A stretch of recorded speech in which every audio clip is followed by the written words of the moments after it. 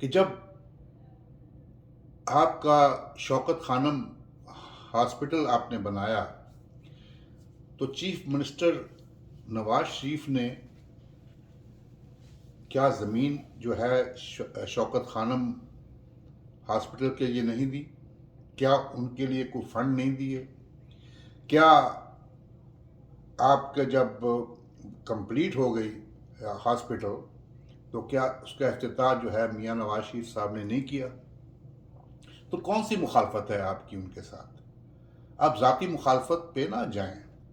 اس وقت جو کام ہے وہ ایک دوسرے کے ساتھ بیٹھ کے ان مسائل کو جو پاکستان کے عام لوگوں کو مسائل ہیں، جو پاکستان کو مسائل ہیں، اس دفعہ پاکستان کے حالات جو ہیں بڑے گمبھیر ہو چکے ہیں.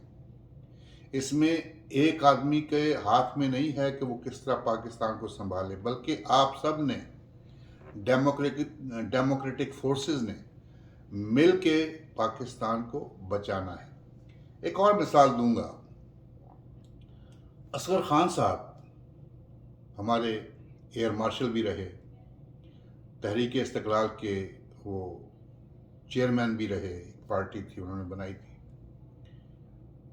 تو وہ بھٹو صاحب کے متعلق کہا کرتے تھے کہ میں بھٹو کو کوہالہ کے پل سے پھانسی دلواؤں گا.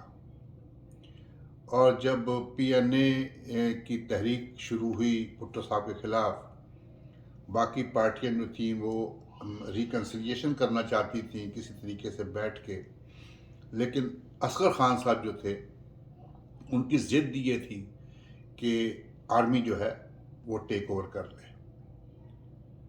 اور ٹیک اوور کیا آرمی نے، جنرل ضیاء نے ٹیک اوور کیا.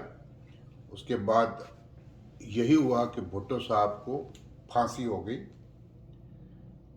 اصغر خان ان کے بہت بڑے ناقد تھے، لیکن ایک وقت ایسا آیا کہ ذوالفقار علی بھٹو کی بیٹی محترمہ بے نظیر بھٹو، وہ پیپلز پارٹی کی چیئر پرسن، اور جب آمریت کے خلاف تحریکیں چلنی شروع ہوئیں تو ہم نے دیکھا کہ وہی اصغر خان جو بھٹو صاحب کا ازلی مخالف، وہ 70 کلفٹن میں محترمہ بے نظیر بھٹو صاحبہ کے سامنے بیٹھا ہوا. تو اس میں کوئی ذاتی دشمنیاں نہیں ہوتی. دیکھیں، اگر آپ نے سیاست کرنی ہے تو پھر ذاتیات کو آپ نے سائڈ پہ رکھ دینا ہے. اب یہ جو ضد ہے کہ میں فلاں کے ساتھ نہیں بیٹھوں گا، میں فلاں کے ساتھ نہیں بیٹھوں گا، فلانا سیاستدان ہے، فلانا سیاستدان نہیں ہے، یہ باتیں چھوڑنا ہوگی. اگر نہیں چھوڑیں گے تو اسی طرح وہی لوگ جو 1951 سے پاکستان پر حکومت کر رہے ہیں اور آج تک وہ حکومت کر رہے ہیں، آئندہ بھی کرتے رہیں گے. دیکھیں، جب ان کی گیمیں ختم ہو چکی تھی، جب میثاق جمہوریت ہوا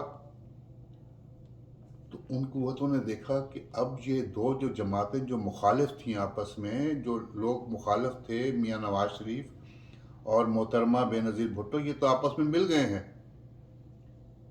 تو ان کو گیم کرنے کے لیے ایک اور پارٹی کی ضرورت تھی، اور اس طریقے سے تحریک انصاف کو انہوں نے آگے کیا.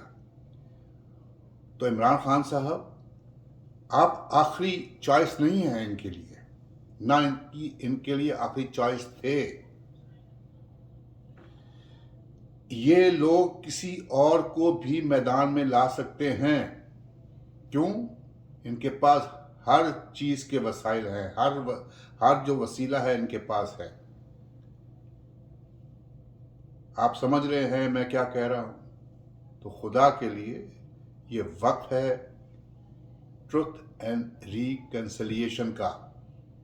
اس میں آپ جمہوری قوتیں ہیں، چاہے وہ پاکستان پیپلز پارٹی ہے، پاکستان مسلم لیگ ہے یا تحریک انصاف ہے، ان سب کو آپس میں مل بیٹھنا ہوگا، نہیں بیٹھیں گے تو آپ کی داستان بھی نہیں ہوگی کسی بھی داستان میں۔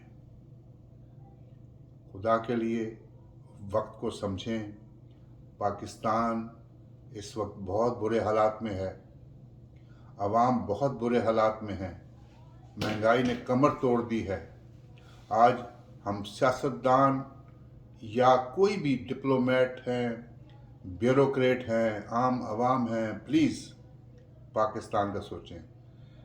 میں اپنے سبسکرائبر سے یہ درخواست کرتا ہوں کہ میری ویڈیوز دیکھیں۔ اگر آپ کو کوئی بات میری بری لگتی ہو، کوئی کامنٹس دینا چاہیں تو ضرور دیں، میری اصلاح کریں اگر میں کوئی غلط بات کی ہے۔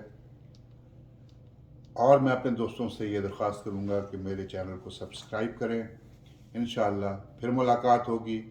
اللہ تعالی ہم سب کا حامی و ناصر۔ پاکستان زندہ باد۔